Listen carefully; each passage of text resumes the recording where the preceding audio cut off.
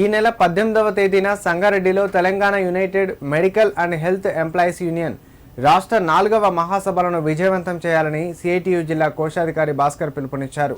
ప్రభుత్వ హాస్పిటల్, కాలేజీలలో పనిచేస్తున్న patient care, sanitation, sweeper, security సమస్యలు పరిష్కరించాలని డిమాండ్ చేశారు. సిద్దిపేట జిల్లా దుబ్బాక 100 పడకల ఆసుపత్రి వద్ద కాంట్రాక్టు కార్మికులతో కలిసి రాష్ట్ర మహాసభల వాల్ పోస్టర్ను సిఐటియు జిల్లా కోశాధికారి భాస్కర్ ఆవిష్కరించారు. ఈ సందర్భంగా ఆయన మాట్లాడుతూ Telangana united medical and health employees union రాష్ట్ర 4వ మహాసభలు నవంబర్ 18న సంగారెడ్డిలో నిర్వహిస్తున్నామని తెలిపారు. రాష్ట్ర వ్యాప్తంగా వైద్య విధాన పరిషత్ పరిధిలో హాస్పిటల్స్, కాలేజీలు తదితర వాటిలో వేలాది మంది అవుట్సోర్సింగ్ పద్ధతిలో కార్మికులు పనిచేస్తున్నారన్నారు. అనేక సంవత్సరాలుగా వీరి సమస్యలు పరిష్కారం కాక తీవ్ర ఇబ్బందులు ఎదుర్కొంటున్నారని ఆవేదన వ్యక్తం చేశారు. 2021లో ప్రభుత్వం జారీ చేసిన జీవో 60 ప్రకారం 15,600 రూపాయలు ఇవ్వాలని, కానీ 11,000 రూపాయలు మాత్రమే చెల్లిస్తూ మిగిలిన 4,600 రూపాయలతో పీఎఫ్, ఈఎస్ఐ వాటాలు కార్మికుల జీతంలోనే కట్ చేస్తున్నారని ఆగ్రహం వ్యక్తం చేశారు. ఇకనైనా కార్మికుల సమస్యల పరిష్కారం ప్రభుత్వం కృషి చేయాలని, లేని పక్షంలో రానున్న రోజుల్లో వారి సమస్యల పరిష్కారం అయ్యేంత వరకు పోరాడతామన్నారు. కార్యక్రమంలో దుబాక ఆసుపత్రి వర్కర్స్ యూనియన్ అధ్యక్షురాలు లావణ్య, కార్యదర్శి ఇందిర, కార్మికులు పాల్గొన్నారు.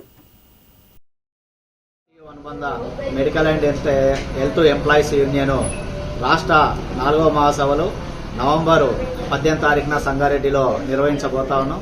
ఈ మహాసభల జయప్రదం కొరకు సిద్దిపేట జిల్లా దుబ్బాక ప్రభుత్వ హాస్పిటల్ సిబ్బందితోటి ఈరోజు పోస్టర్ రిలీజ్ చేయడం జరిగింది. ఈ యొక్క మహాసభల ప్రధాన ఉద్దేశం ఈ 3 సంవత్సరాల కాలంలో కార్మికులు, ఉద్యోగుల కోసం పోరాడినటువంటి అంశాలను చర్చించుకొని భవిష్యత్ కార్యాచరణ నిర్దేశించడానికి మహాసభలు దోహదపడతాయి. అదేవిధంగా 2020లో తీసుకొచ్చినటువంటి జీవో 60 ప్రకారంగా ఇలా పనిచేస్తున్నటువంటి కాంట్రాక్ట్ అవుట్సోర్సింగ్ ఉద్యోగులందరికీ కూడా అన్ని కేటగిరీల ఉద్యోగులకు నెలకు 15,600 వేతనాన్ని చెల్లించాలి. అందునుంచే పీఎఫ్ డబ్బులు కట్ చేస్తూ ఈరోజు 11,000కు మించి వేతనాలు చెల్లించే పరిస్థితి లేదు. కాబట్టి కాంట్రాక్టర్లు కూడా పూర్తి స్థాయిలో వేతనం చెల్లించాలని చెప్పి సిఐటిగా డిమాండ్ చేస్తా ఉన్నాం. వారితో పాటు ప్రభుత్వం కూడా పెరుగుతున్నటువంటి వాళ్ళకు అనుకూలంగా ఈ sanitizer, sweepers, patient care, security guards సిబ్బంది అందరికీ కూడా కనీస వేతనం నెలకు 26,000 రూపాయల వేతనాన్ని అమలు చేసే పద్ధతిలో రాష్ట్ర ప్రభుత్వం చర్యలు చేపట్టాలి. అదేవిధంగా పీఎఫ్, ఈఎస్ఐ సంబంధించినటువంటి అనేక జిల్లాల్లో పెండింగ్లు ఉంటా ఉన్నాయి. కాబట్టి పీఎఫ్, ఈఎస్ఐని రెగ్యులర్ గా జమ చేసే పద్ధతిలో కాంట్రాక్టర్లు, అధికారులు చర్యలు చేపట్టాలి.